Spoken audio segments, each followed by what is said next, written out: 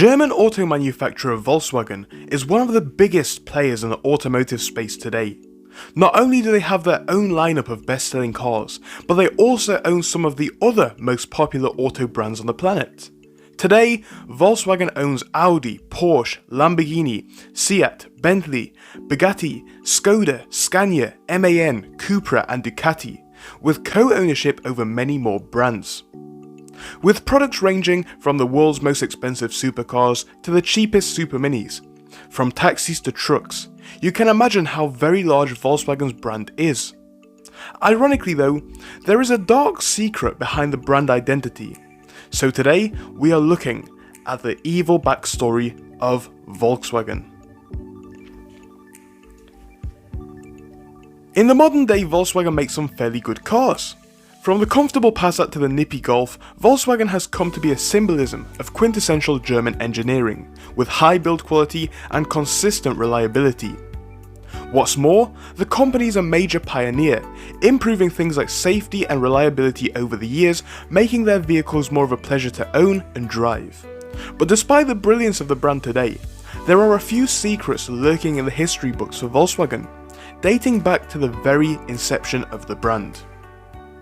To understand this, we must first travel back to Germany, 1937, where on May the 28th, the German government decided to create a new state-owned car company.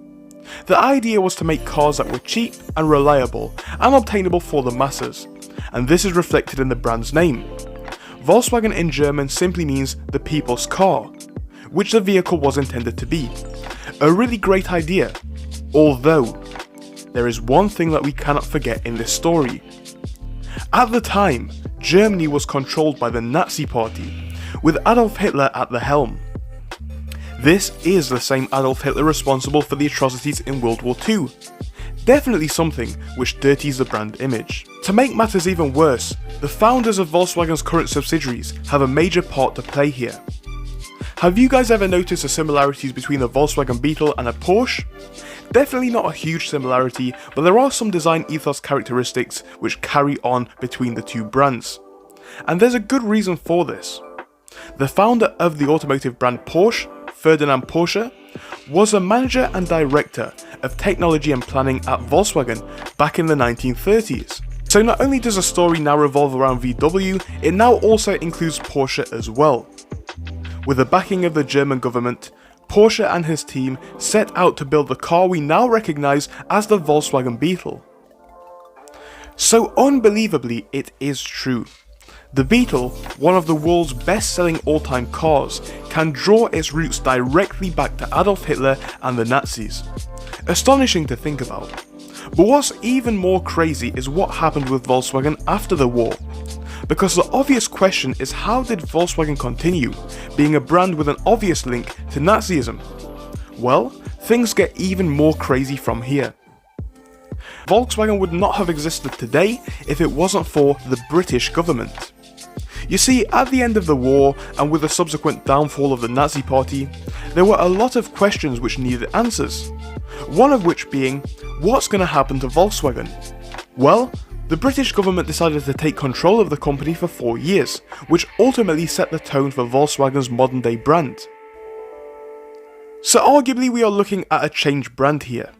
Whilst it may have been born from evil, I don't think it would be fair to tarnish Volkswagen as a Nazi affiliated brand in the modern day, although it's always important to be aware of where the company's origins and roots come from. And although for the most part Nazism ended at the end of World War II, this is not the end of the evil story for Volkswagen, as they have been subject to a good few scandals over the recent years.